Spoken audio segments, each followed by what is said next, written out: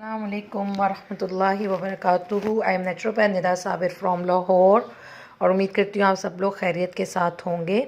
आज मैं एक रेसिपी को आप सबके साथ शेयर करने लगी हूँ। मैं बनाने लगी थी आज जो है एक मज़ेदार किस्म का काबली पुलाव, जिसको अफ़गानी पुलाव भी कहा जाता है और काबली पुलाव भी कहा जाता है। तो मैंने सोचा आज क्योंकि मैं उसको बना रही हूँ अपने हस्बैंड की फरमाइश पर, तो मैं उसको वीडियो को अपलोड भी कर देती हूँ ताकि और लोगों के साथ भी शेयर हो जाए। तो इसके लिए हमने ऑनियन लिए हैं, तकरीबन मीडियम साइज़ के हैं तो हमने 2 ले लिए हैं। अगर लार्ज साइज़ का हो तो आप 1 ले सकते हैं।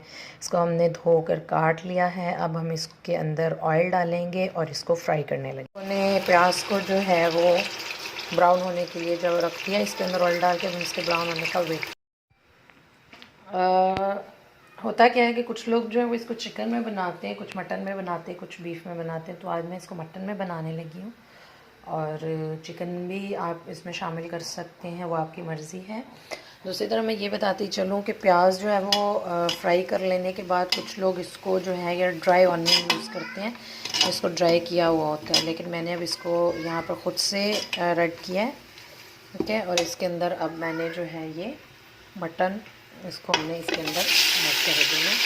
अच्छी तरह से ऑनियन के अंदर फ्राई करना है, इसका कलर भी चेंज हो जाए और अच्छी तरीके से इसकी बुनाई हो जाए। ये यहाँ पर 1 स्पून के करीब जो है ना वो तकरीबन हमने इसमें ऐड कर लेना है लहसुन का पेस्ट। ठीक हो गया, ये जाएगा जी लहसुन का पेस्ट और थोड़ा सा इसको इसमें फ्राई करेंगे अब। और इसमें जब ये हल्का सा फ्राई हो जाएगा तो यहाँ पर मैं आपको दिखाती चलूँ कि मैंने जो है तकरीबन ये थोड़ी सी काली मिर्च ली है, लौंग ली है, 1 चम्मच के करीब ज़ीरा है और 6 से 7 जो है वो आपने छोटी इलायची लेनी है। इसके मैं दाने निकाल लूँगी।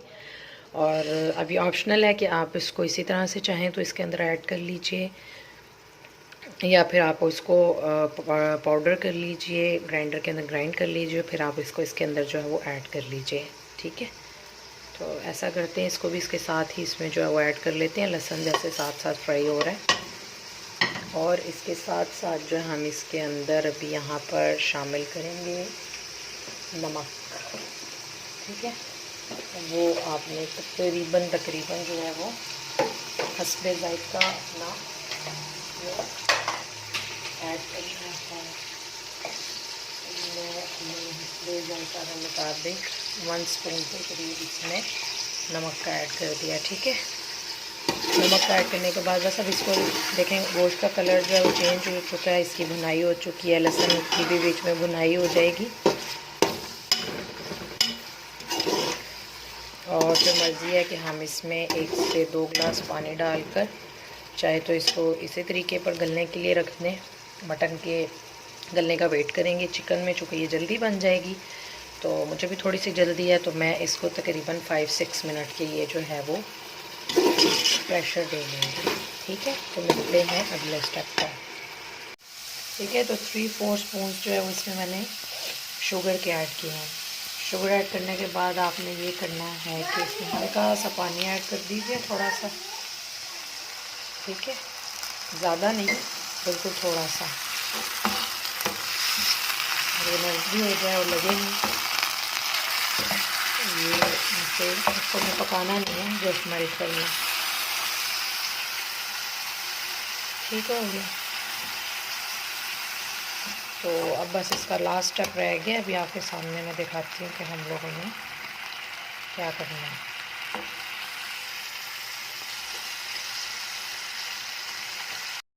ये देखिए, यहाँ पर हमारे पास जो है ये आलमंड है, पिस्ता है और बीच में जो है वो किशमिश है।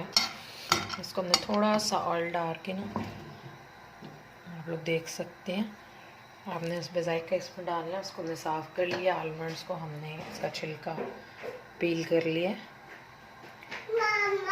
थोड़ा सा ऑयल डाल के हम इसको फ्राई करेंगे। किशमिश जो है वो फूलना शुरू हो गई है। बहुत ज़्यादा हमने इसको नहीं करना, बस हल्का हल्का सा हमने इसको ब्राउन ब्राउन सा कर लेना। अब चाहे तो आप इसको निकाल दीजिए या फिर इसके अंदर ही आप लोग थोड़ी सी इसको अलग बर्तन में निकाल लेते हैं। और अब हम गाजरें फ्राई जी, पानी जो है वो हमारा ऑलमोस्ट पक चुका है, आप लोग देख रहे हैं। अब इसके लिए हमने 2 गिलास के करीब अपने चावल लिए हैं जिनको हम बॉयल होने के लिए रख देंगे। ठीक है,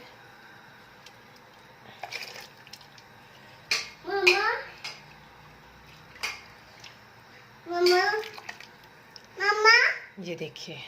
ठीक है, तो तकरीबन हम इनको 70% जो है गला लेंगे।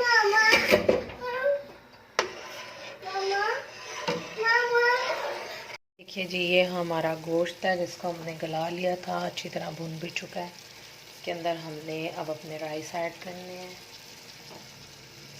तो हमने आपके सामने बॉईल किए हैं ज़बरदस्त किस्म के। ये देखिए, ठीक है।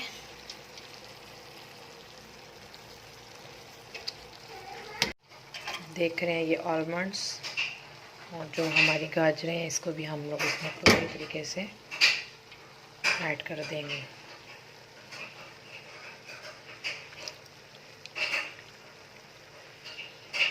मैं इसको अच्छे तरीके से हिलाऊंगी और हिलाने के बाद इसको मैं तकरीबन 15 मिनट के लिए लो फ्लेम पर दम दे दूँ। सो गाइज़, यहाँ पर जो है वो हमारा ऑलमोस्ट काम मुकम्मल हो चुका है। मैं इसका दम खोलने लगी हूँ, आप लोगों को दिखा देती हूँ। इसकी ऐसी सी शक्ल सामने आई है और इंशाल्लाह खाने के बाद मैं आपको ये भी बताऊँगी कि ये कैसा बना है।